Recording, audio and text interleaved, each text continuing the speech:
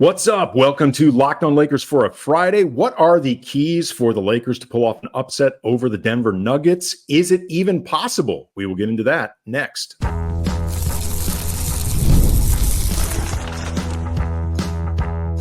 You are Locked On Lakers, your daily Los Angeles Lakers podcast, part of the Locked On Podcast Network, your team every day.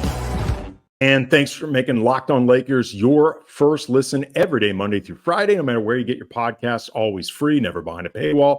Locked On Lakers on YouTube is where you can hang out with almost 24,000 subscribers. Awesome community of Laker fans, really enthusiastic, very respectful. Recent guest Claire DeLune told me at a Lakers game a couple weeks ago that she was blown away by the civility of our comment section. Comment sections are often a cesspool during her recent appearance. So good on all of you. I'm Andy Kamenetsky. My brother Brian had an unexpected conflict at the last minute. Couldn't be here, and it's his loss because we have an awesome guest that we wanted to have on for a while, Jason Timpf. He is the host of Hoops Tonight at The Volume, Colin Cowherd's network. He also played college ball at Arizona Christian University, so clearly he knows the game. We are excited to have him. What's up, Jason? Andy, it is great to meet you in person. I'm glad we have such an awesome set of subjects to talk about today with this super entertaining series. I'm sad Brian couldn't be here, but that just means we'll have to come back and do it again. So Lakers and Nuggets rematch of the Western Conference Finals last year. On the way to Denver winning it all, they famously swept the Lakers, but these games were pretty tight. We talked about this for Thursday's show, Brian and I. Neither of us is calling the series for the Lakers because Denver will be rightly favored. I'm not confident, frankly, that anybody can beat them. But I do think, both of us think, the Lakers are legitimately better situated to attempt an upset than they were last year. We can get into the reasons why, but just before we even get into those details, curious about your take, just state of the Lakers ahead of this series. So I am picking Denver in 6. I don't think anybody could in their right mind pick the Lakers, as you mentioned. Denver has clearly demonstrated they're the best team in the league, in my opinion. And just in general, there is no actual basketball evidence for the Lakers to be favored. That said, it's a fundamentally different Lakers team than it was last year. For me, the line of delineation last year was the Westbrook trade. After that trade, they were the number 2 defense in the league. They were a mediocre offense. This year, to me, the line of delineation was the Clippers win on January 7th. And from that point forward, they've been the 3rd best offense in the league and been pretty bad on defense. They run 5 great offensive players in the starting lineup. It's more of an equal opportunity offense than last year's kind of more brute force drive in kick, rely on Austin Reaves ball screens, LeBron James ball screens and post ups. It's much more of a high powered offense. And so I think it's going to be a very different looking series than last year. That doesn't change to me what the potential result will be though. Yeah, I feel like just this team right now is better than last year's team, like for a variety of reasons. You've got D'Lo and Rui having career best seasons. I think this version of Anthony Davis is better overall than the version last year. LeBron, both by his admission and the eye test, I think is healthier heading into this year's playoffs than last year. Like he looks like he's got more pop. If you need a playable true big off the bench, you have Jaxson Hayes. Like that player didn't exist last year. This year's team can make threes and actually space the floor really well. Last year's could not do it to save its life. Darvin inexplicably started the series last year going small.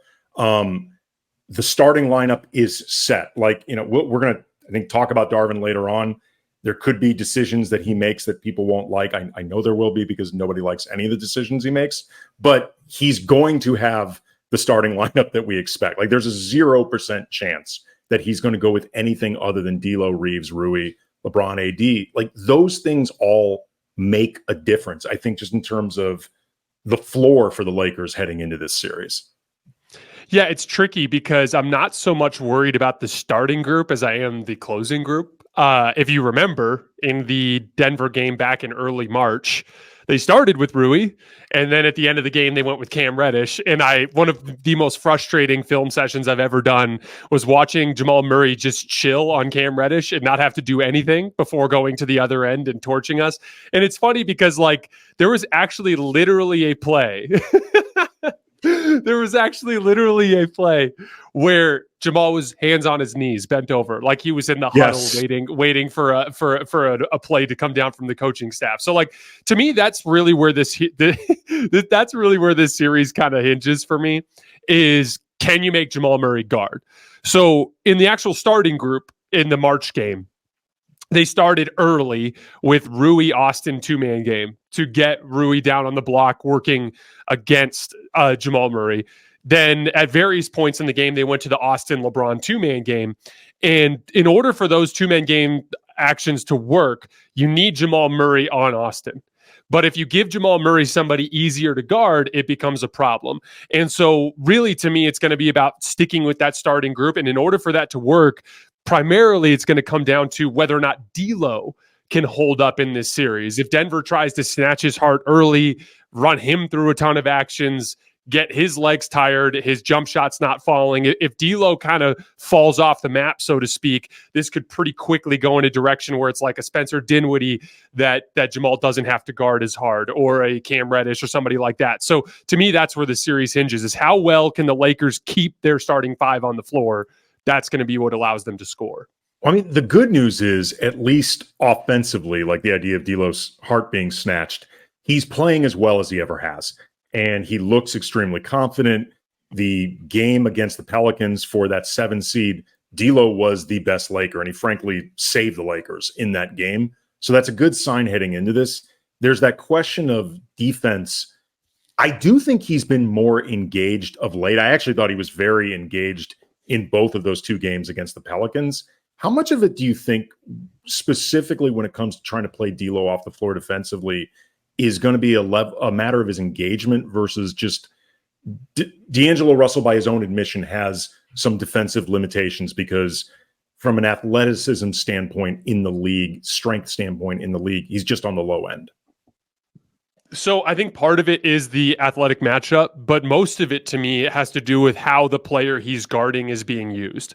So for instance, like KCP is a movement shooter that he's going to have to be locked in off the ball. And he's a very, very good cutter. And they frequently use him in 3-man actions where he'll fake like he's setting a screen and then he'll slip and things along those lines. Herb Jones is just nowhere near as active off the ball. And so I was really impressed by D'Lo in those matchups against New Orleans. However, this is an entirely different animal. Right. And again, like I have been so impressed by Austin Reaves at the point of attack over the course of this last couple of months of the season. And I actually think he's going to do a respectable job on Jamal Murray, at least as well as he can with his physical gifts. But I am really worried about D'Lo and his off-ball engagement on KCP. And that is really going to be the hinge for me, because like, I really do think D'Lo is going to make shots in this series and he's going to get good looks. But man, if he can't hold up on KCP and they have to go a different route at the point of attack, it just, the ceiling, as soon as you go to anybody else other than Taurean Prince off the bench offensively, it just falls into a crater, and it's a problem. Yeah, I mean, Spencer Dinwiddie has not found an offensive rhythm or comfort zone, whether because he just hasn't discovered it, or I think they frankly don't really use him in a way that allows him to find the rhythm in the first place. You know, Gabe Vincent exploded for 9 again in the second game against New Orleans, which, I mean, all joking aside, it was nice to see, and he played really well. But and Jaxson Hayes can be a lob machine, but you have to do the work. You have to do all the setup for him. Like you don't give the ball to Jackson and say, go to work. So you're right. Like beyond Taurean, it's really hit or miss. So it will be interesting to see. Like, D'Angelo Russell is very aware of his perception, the way everybody frankly expects him to crap the bed in these playoffs. And I mean, look, D'Lo is a really bright guy. And in some respects, I think he's sometimes too smart for his own good, but like, he knows all of this stuff. He's aware of it. He also wants to get a new contract. And he saw last year how much the market shriveled up for him based off a one bad playoff series. I thought the first 2 he was fine, really good at times, but that one was loud, and he's a player that I don't think has a great reputation around the league anyway. So I hope it helps that I do think, knows what's at stake for him professionally and economically. For sure. Also, Christian Braun, as good as he is, and I like Christian Braun, but he's not the same type of player that Bruce Brown was, especially on the offensive end. Christian Braun defensively brings a lot of that athleticism and can cause some problems. And I do think that Mike Malone is going to throw his best perimeter defenders on D'Lo the entire series. I think personally, Austin is a better all-around basketball player than D'Lo. I think he's a much, much better defensive player. I think he's a little bit better as an off-ball offensive player, closeout attacker. But D'Lo, because of his shooting upside, because he can get so hot, and then also because he's a better pick-and-roll playmaker, he is the kind of guy that, if you take him out, it removes the Lakers' offensive ceiling. The best version of the Lakers is D'Lo's great. And so I think they're going to throw the kitchen sink at him.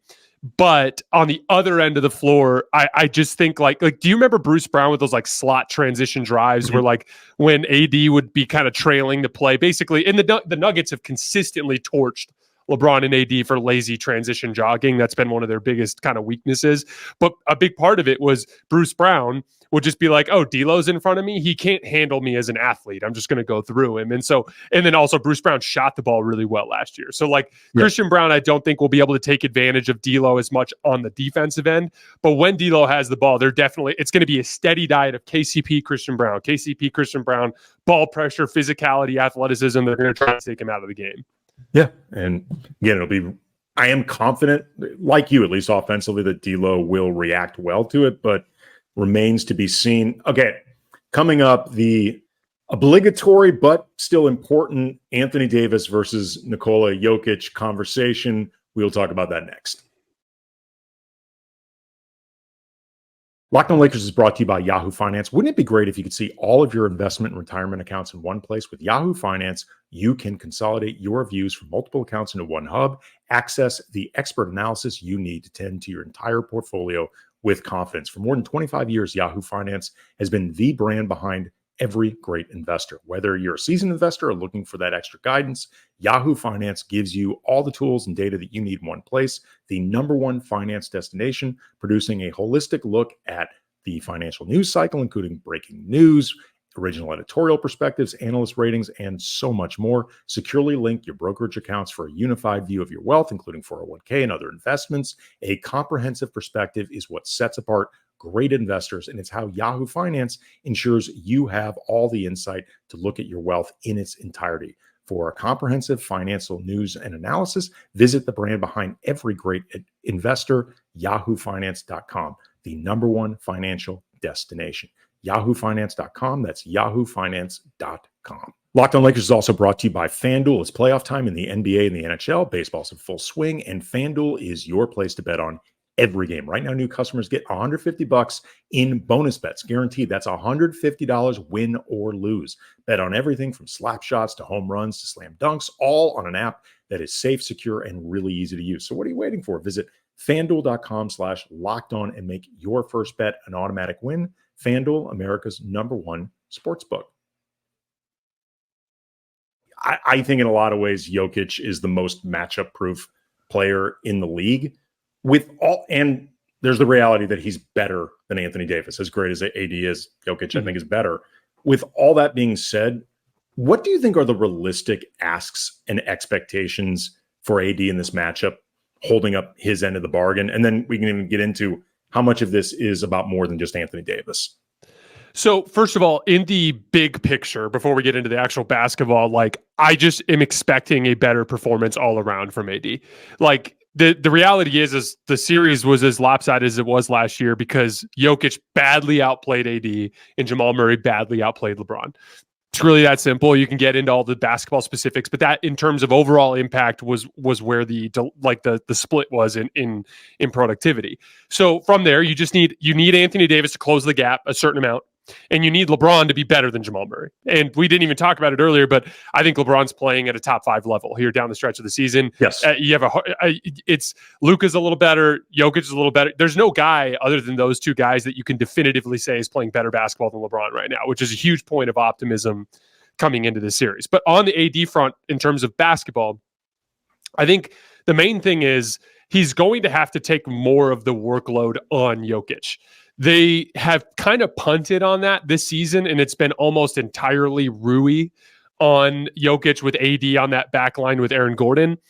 In addition to AD needing to potentially take that assignment at the end of games, I also want to see them do it more in terms of just a coverage mix-up.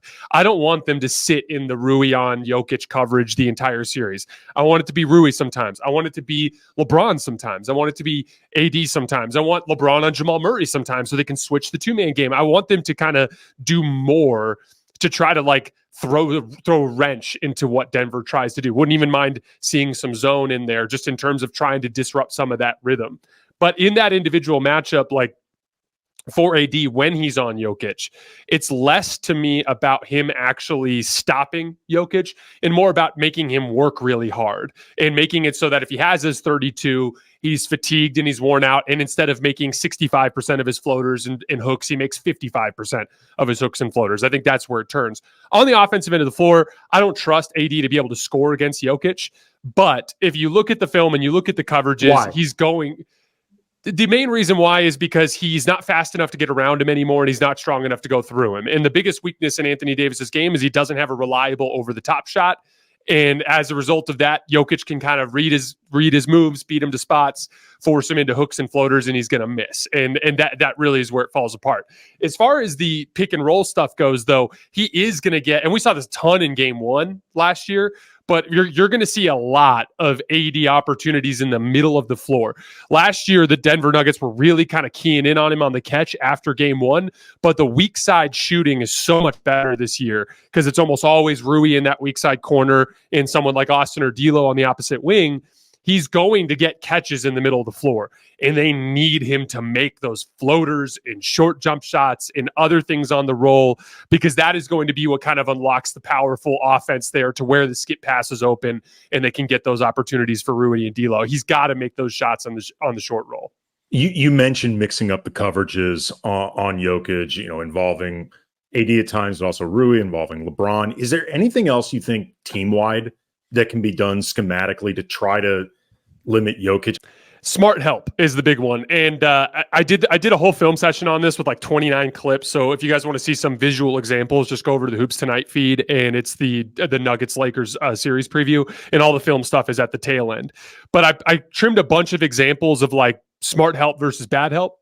So the Nuggets are actually not the best three-point shooting team in the league because they have some guys that are lower percentage guys in their lineups, right? As far as the help goes, when Christian Brown's out there, that's a guy you can kind of close out short to. Reggie Jackson, you can close out a little bit short to. Peyton Watson, you can close out a little bit short too. So specifically about being smart about help, there are examples of like times where LeBron and AD are set up to clean up anything that gets cut backdoor towards the rim, and Spencer Dinwiddie's guarding Michael Porter Jr., and for some reason he offers help in the lane and then gets caught off ball and MPJ gets open. There was a play where multiple players were in the lane to help on a Jamal Murray drive. AD was on Michael Porter Jr. AD dug down off of Michael Porter Jr. and left him open, and it's like you're the one guy who should not be helping in this situation. So really just being smart about when to help, when to stay home, because Denver's the definition of the team that makes you pay every time you make a mistake. And so it's about playing mistake-free help defense. Yeah, that's the thing, by the way, just side note with a lot of the Lakers three-point coverage and the issues that have been there all year. The thing that just bothers me is how often it seems like a Laker is sagging off this guy, but he's not doing anything while sagging off. He's just kind of chilling as opposed to like doubling someone else or whatever. Like it just feels like you're giving a guy a wide open look for no particular reason. No, that's exactly it. Like if you can't be caught in no man's land where you're leaving somebody open. And like, for instance, on the AD play, where he's guarding Michael Porter Jr. Michael Porter Jr. is on the left wing. The other two players on the floor, if I remember correctly, are Gordon and Christian Brown. So like LeBron and D'Lo are like down in the lane helping. And so like they're already there. So AD doesn't really need to get in there to cut off the drive. He's just digging down to kind of swipe down at the basketball. So if he just swipes down at the basketball, you're leaving Michael Porter Jr. open without much upside. He needs to almost like if you're going to ignore Michael Porter Jr., attack the damn basketball. Like, get in there, double team, actually get in there and make something happen. Like, that's where it gets tricky. Like, if you're gonna, it's like everything needs to be done with a purpose defensively. If you do anything that's purposeless, they're gonna burn you on it. Darvin made that interesting and I thought good move in the second of the games against the Pelicans, where Dinwiddie didn't play at all in the second half. Vincent got all his minutes, played well. Are you expecting Vincent to start getting all of those minutes, or it being situational the way they're used? So you know how it goes, like when you get into late series moments, like everyone wants their 7 or 8 man rotation, but typically every coach at the beginning of a series is going to play a 9 to 10 man rotation, almost as like is your heart in this or not? Like, are you up to this or not? And you find out pretty quickly. And like, even last year, I thought Darvin made some nice reads. Like, oh, the Memphis series, this is a Rui series. Oh, the Golden State series, not a Rui series. Okay, back to Denver, this is a Rui series. Like, those are the calls that you need to make. Even just like Lonnie Walker getting some burn in the Golden State series because they just needed some guard athleticism. Those are the kinds of reads you have to make. And honestly, like, in this particular series, if I look at the bench, I think Torian's going to play because I think 5 out is going to be so important for the Lakers, just spreading Denver out in scoring. I think you're going to one of the guards absolutely needs to play, right? Like that's just a must. And I think he's going to make a call. I think at the beginning of the series, it's going to be a little Spencer, a little bit of Gabe, and somewhere along the way, he's going to be like, this guy has it, this guy doesn't. Here, the thing is like Gabe is out playing Spencer right now because he's doing his job perfectly, meaning like everywhere he's supposed to be, he's there. Like, make or miss, he's not taking bad shots. He's doing his work off the ball. On defense, he's beating guys to spots. He's chasing over the top of the screen. He's hustling. He's doing all those things. If Spencer does that, he's better because he's 6'6" and got long arms and he's a pretty good athlete. And so honestly, like, what I get excited about is like, Spencer, I think, is the one guy who actually could do a decent job on Jamal Murray if he's really engaged defensively. And so if they get, that could be a huge swing factor in this series, is if they just get a really good Spencer two-way series, that could go a long way towards kind of leveling the playing field in terms of talent. All right, coming up next, final segment. The Nuggets have been killing the Lakers, in particular in crunch time. Is there anything the Lakers can do about it? Talk about that with Jason coming up next. Locked on Lakers is brought to you by LinkedIn. And when you're hiring for a small business, you want to find quality professionals right for the role. That's why you have to check out LinkedIn Jobs. LinkedIn Jobs has the tool to help you find the right professionals for your team faster and for free. LinkedIn is not just another job board. They have a vast network of over 1 billion professionals, making it the best place to hire, gives you access to professionals you can't find anywhere else. LinkedIn does all that while making the process easy and intuitive. Hiring is easy when you have that many quality candidates. It's so easy, in fact, that 86% of small businesses get a qualified candidate within 24 hours. LinkedIn understands small businesses, when you run them, you got to wear so many hats and you don't have the time or resources to hire. And that's why they're constantly finding new ways to make the process easier. 2.5 small businesses use LinkedIn for hiring for a reason. Post your job for free at linkedin.com/LockedOnNBA. That's linkedin.com/LockedOnNBA to post your job for free. Terms and conditions apply. Denver they're like assassins in the fourth quarter, like surgical assassins, particularly in crunch time. What is it about them that makes them so good in those high leverage minutes? So on the offensive end, it doesn't take much to figure out. It's just the classic case of a 2-man game that you can't switch, in a 2-man game where even if you defend it perfectly well, Jokic is going to shoot almost 70% on hooks and floaters. And at the rim, he's going to shoot over 70%. And then Jamal Murray is like a 46% pull-up jump shot shooter. And that's not counting the value of the three-point shot. So it's actually well over a point per shot. So like, even if you do everything right, you're going to give up a good look to one of those two guys. And then if you defend the action 3-on-2, or if you defend a post-up or an ISO 2-on-1, everybody off the ball, it has a way to make you pay. That's really all that's really all there is to it as far as Denver goes. One of the things that I want to give Denver credit for on offense, and actually it's a big part of how I think they beat Boston in both games, they know what their hierarchy is. They know what they're going to do at the end of the game. With Boston, it's like, why are they randomly running Drew Holiday ISOs at the end of the game? You know, like they can get their order of operations gets really confused based on just like they're just kind of they're just kind of free flowing all the time, which can lack organization. On the defensive end of the floor, so much of it comes down to whether or not you can actually engage all their defensive players. This, by the way, is a big part of why I think the Suns have been so good against Denver. The Suns are a load-up defense. They load up the strong side. They bring Jokic up to the level usually. Even if Jokic is in a deep drop, they usually tag the roller from the weak side. So they're almost always loaded up on the strong side. So you need to be able to spread them out with 5 good offensive players.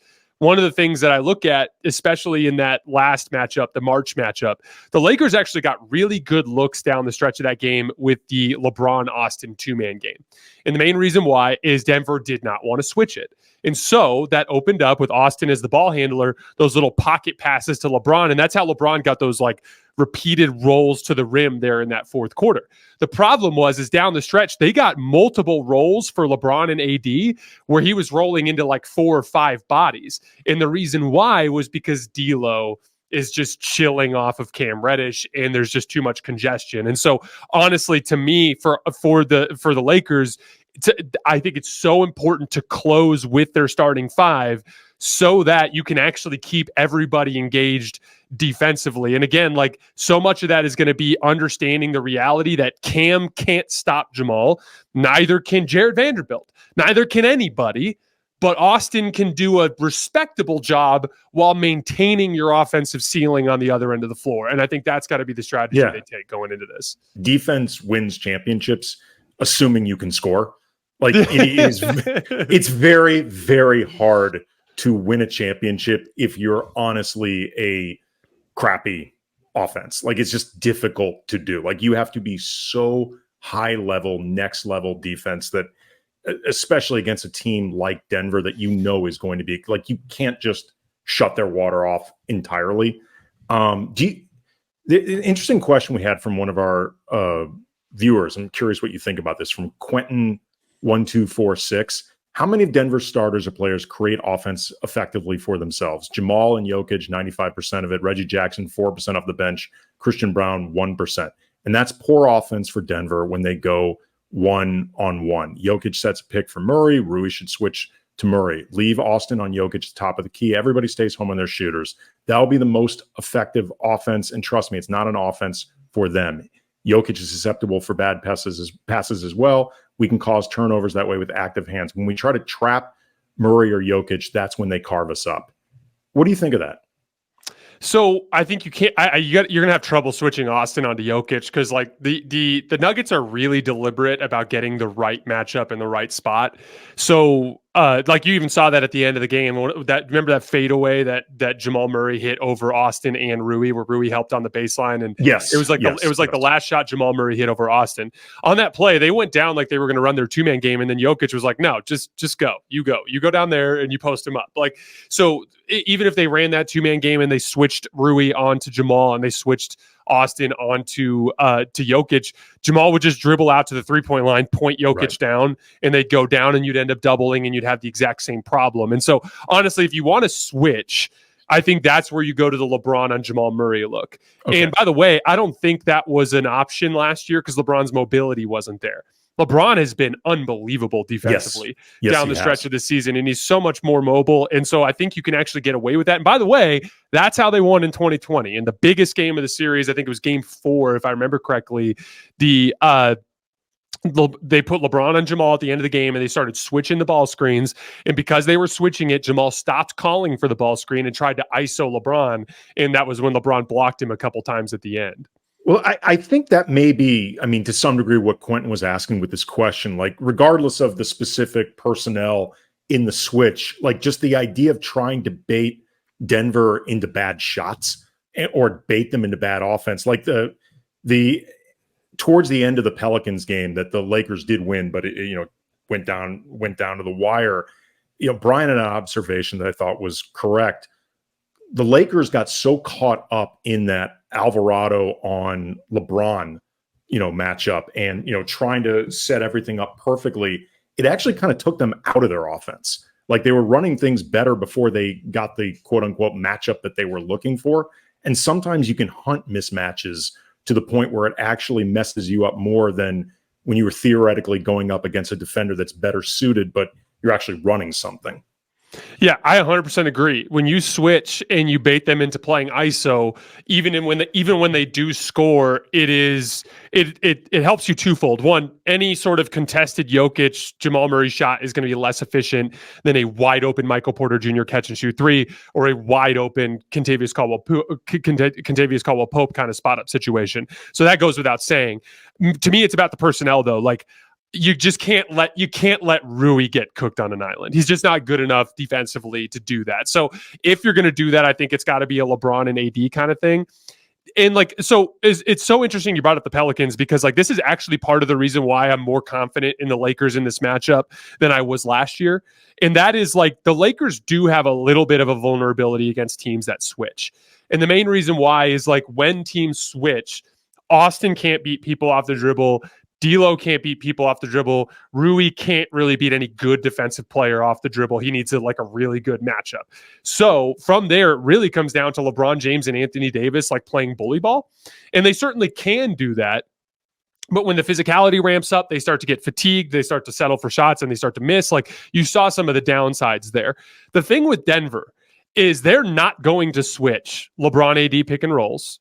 And they're not going to switch LeBron Austin pick and rolls, and they might switch D'Lo LeBron pick and rolls. They might put KCP on LeBron.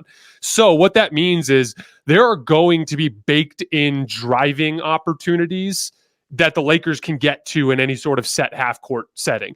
Watch out though for the bench lineups, the groups that are in that early second quarter, early fourth quarter. That's when the Nuggets go to their switching group, and it's gonna be Peyton Watson, it's gonna be Aaron Gordon, it's gonna be Jamal Murray, it's gonna be Christian Brown, and it's going to be all switching and length, and that's where I'm actually worried about the Lakers. But in the other portions of the game, they're going to be able to go to actions that get the defense in rotation, and the Lakers are really good at playing drive and kick from there. Well, that's interesting though, because and we'll see how it plays out, but those are also times where typically LeBron starts at the top of the second, top of the fourth.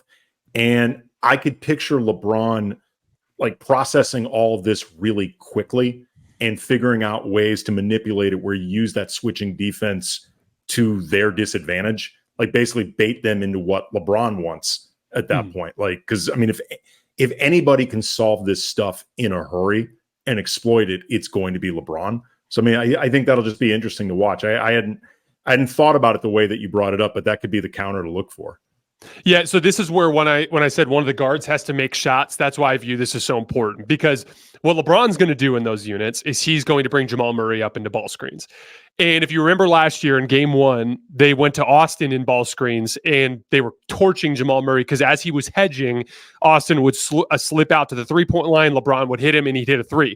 So the way that they addressed that is they put Jamal Murray on Dennis Schroeder because Dennis Schroeder can't shoot on the move. And so when Dennis would set the screen and slip to the three-point line, Jamal was able to close out. And so that's why, like, let's say Gabe Vincent gets it going and starts hitting some threes, and LeBron can start taking advantage of that hedge and recover with Jamal and start hitting Gabe, then everything could be fine. But if both of them end up kind of going cold and they can get away with hedging with Jamal and LeBron can't find favorable matchups and he's just trying to ISO, Peyton Watson and Aaron Gordon all during that stretch, I think it could get ugly. So that's where I think those guards are going to be such a swing factor. All right, last question for you. I think the general consensus is that Michael Malone is a better coach than Darvin Ham.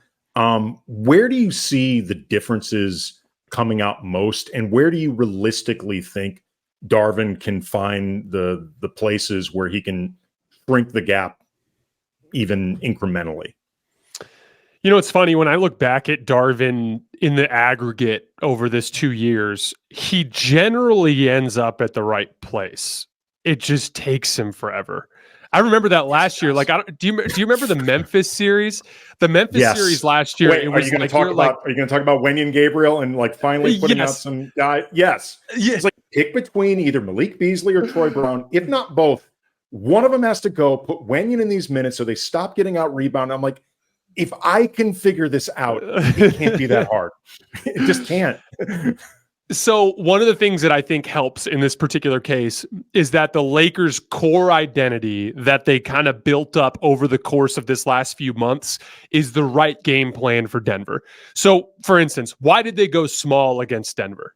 They went small against Denver last year because they were like, Dennis is one of our 5 best players. Dennis was great in the Golden State series. This gives us our best chance just to have our best talented group on the floor, even though it was a terrible matchup for Denver. And if you remember in game 1, they got utterly obliterated on the offensive glass in that first shift. It was like one of the most dominant rebounding stretches you'll see. And so like what's interesting to me about this year is like Darvin, like you said, is going to start with the right group and hopefully finish with it. But the natural identity of the team kind of shapes nicely into what they need to do against Denver. And so I think we'll land the plane earlier this time around. But again, the main keys are going to be like I said this in the film session. If we see Cam Reddish in this series, I'm gonna be upset. Like I don't know what to tell you. I'm just gonna be upset. Like he should not see the floor. So like for me, the big one is going to be: is he going to shrink the rotation appropriately and bring the level of urgency out game 1 instead of kind of easing their way into the series? 2 is going to be for me like not getting like Darvin has this tendency to think like, oh, who's going to guard Jamal? Who's going to guard Jamal? And I think if they get caught up in that, that's going to lead to some questionable lineup decisions, because the truth of the matter is there's not a soul on this roster other than Jared Vanderbilt who can guard considerably better than Austin. Like there are better athletes than Austin, but Austin does good enough within the game plan that like he kind of has closed the gap with some of the mediocre athlete defenders that we have on the bench. And so if it's not Jared Vanderbilt, I don't want to see it one of those like limited offensive forwards off the bench. Yeah. Just don't overthink it. He is Jason Timpf. He is the host of Hoops Tonight at The Volume. You can follow him on Twitter _JasonLT. This was awesome, man. I'm very glad we finally got to do this. We will do it again ASAP, hopefully over the course of a long Lakers playoffs. We may have a bonus crossover show with the guys at Locked On Nuggets if we can figure out some scheduling. Otherwise, we will see everybody after the Game 1 Lakers Nuggets Saturday, 5:30. See everyone then.